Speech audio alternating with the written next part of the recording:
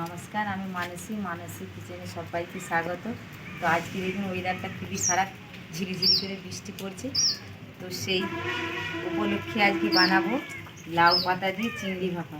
তো বন্ধুরা প্লিজ একদম নিজের হাতে টাটকা বাগানের লাউ পাতা দিয়ে আর কি কীভাবে বানায় পুরো ভিডিওটি দেখতে থাকুন। এখন কচি কচি লাউ পাতা তুলে নিই। এই দেখুন একদমই ডগের নরম নরম পাতাগুলো নিয়ে নেব, তবে ডাঁটাগুলো লাগবে না। আমি শুধু পাতাগুলোই কেটে নিচ্ছি, আর ডাঁটাগুলো নেব না।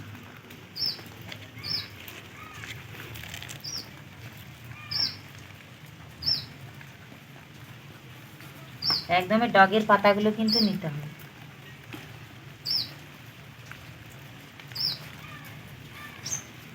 এই দেখুন পুরো একদমই ডগের পাতা নিচ্ছি।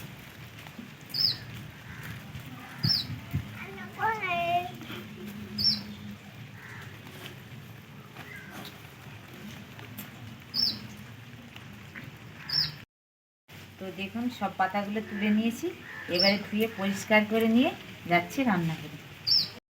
লাউ পাতাগুলোকে তুলে নেওয়ার পরে ধুয়ে একদমই পরিষ্কার করে কেটে নিয়েছি, আর এদিকে কড়াইও বসিয়ে দিয়েছিলাম, দিয়ে দেব। তবে লাউ পাতাগুলোকে খুব বেশি সেদ্ধ করব না, একটু সামান্য সেদ্ধ করে নেব, যাতে লাউ পাতা থেকে জল বেরিয়ে যায়। তো আরও একটু ভালোভাবে জল বেরানোর জন্য এখানে আমি একটু লবণ অ্যাড করে দেব, খুব বেশি না, একটু দিয়ে দিলে জল বেরিয়ে যাবে। তো এই রেসিপিটার জন্য কিন্তু লাউ পাতার জলটা একদমই রাখা যাবে না।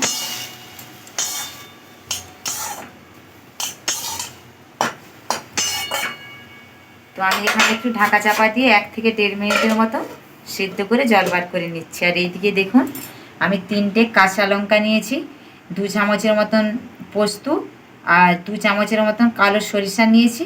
এই 3টেকে আমি একসঙ্গে ভালো করে বেটে নিয়ে ফিরে আসছি। লাউ পাতাগুলো সিদ্ধ করে নেওয়ার পরে এইদিকে সাইডে রেখে দিয়ে ঠান্ডা করতে দিয়েছি। আর এদিকে চিংড়িগুলো ধুয়ে পরিষ্কার করে নিয়েছি, লবণ আর হলুদ মাখিয়ে নিয়েছি। চিংড়িগুলোকে ভেজে নেব, তবে চিংড়িগুলোকেও কিন্তু আমি খুব বেশি ভাজবো না, একটু এপিট উপিট নাড়াচাড়া করে নামিয়ে নেব। একদমই চিংড়িগুলো হালকা করে ভেজে নিয়েছি, এবার চিংড়িগুলো সাইডে রেখে দিচ্ছি। আর ওই একই গ্যাসে বসিয়ে দেব কড়াইয়ে আগে থেকেই জল দিয়ে দিয়েছি, একটা স্ট্যান্ড নিয়েছি, স্ট্যান্ডটা বসিয়ে দিলাম। আর এইদিকে ততক্ষণকে আমি ভাপার রেসিপি, এই যে দেখুন শাকগুলো যতটা পারবো এইভাবে নিংড়িয়ে জল কিন্তু বার করে নিতে হবে, নাহলে কিন্তু প্রচণ্ড পরিমাণে জল বেরোবে আর খেতেও ভালো লাগবে না। আর এই রেসিপিটা কিন্তু একদমই শুকনো শুকনো হবে, একটুও কিন্তু এখানে জল ব্যবহার করা যাবে না।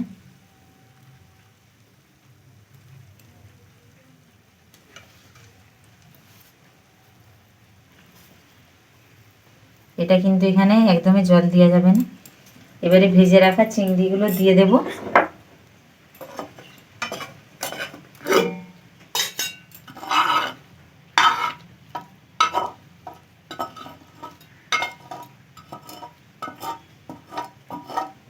ভেজে রাখা চিংড়িগুলো দিয়ে দিলাম। আমি যেহেতু চিংড়ি ভাজার সময় লবণ দিয়েছি, শাকেও লবণ দিয়েছি, তাই 1/2 চামচ দিয়ে দিলাম লবণ, খুব বেশি কিন্তু দেব না এখানে।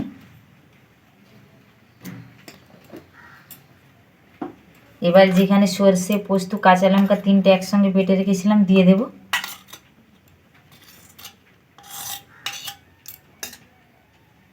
এবারে দিয়ে দেব সরিষার তেল, তবে সরিষার তেলটা এখানে অনেকটা পরিমাণেই লাগবে।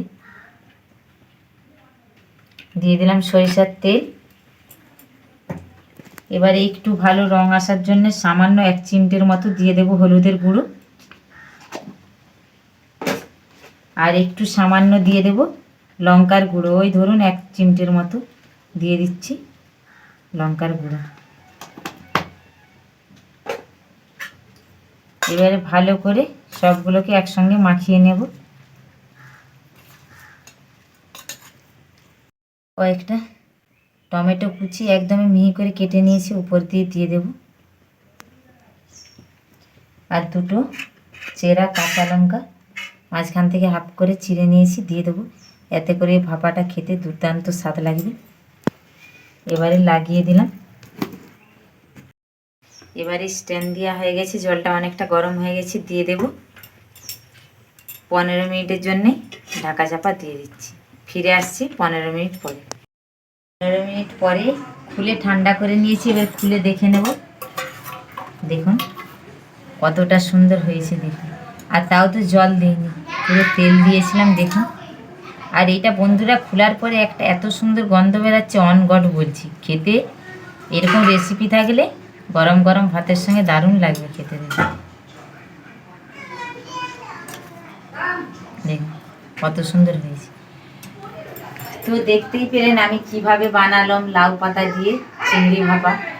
তো সকল আমার ফেসবুকের পরিবারের বন্ধুদিকেও বলছি আর ইউটিউবেও বলছি, এইভাবে অবশ্যই এই দুপুরে গরম গরম ভাতের সঙ্গে এই চিংড়ি লাউ পাতা ভাপা থাকলে আর কোনো কিচ্ছু লাগবে না, পুরো একদমই ভাত এক থালা এক নিমিষেই খেয়ে নেবেন। তো আমার এই রেসিপিটি কেমন লাগলো অবশ্যই কমেন্টের মাধ্যমে জানাবেন। ভালো লাগলে লাইক শেয়ার করবেন। আপনারা ভালো থাকবেন, সুস্থ থাকবেন, সাবধানে থাকবেন। আবার দেখা হচ্ছে অন্য কোনো রেসিপি নিয়ে। আপনারা সুস্থ থাকবেন।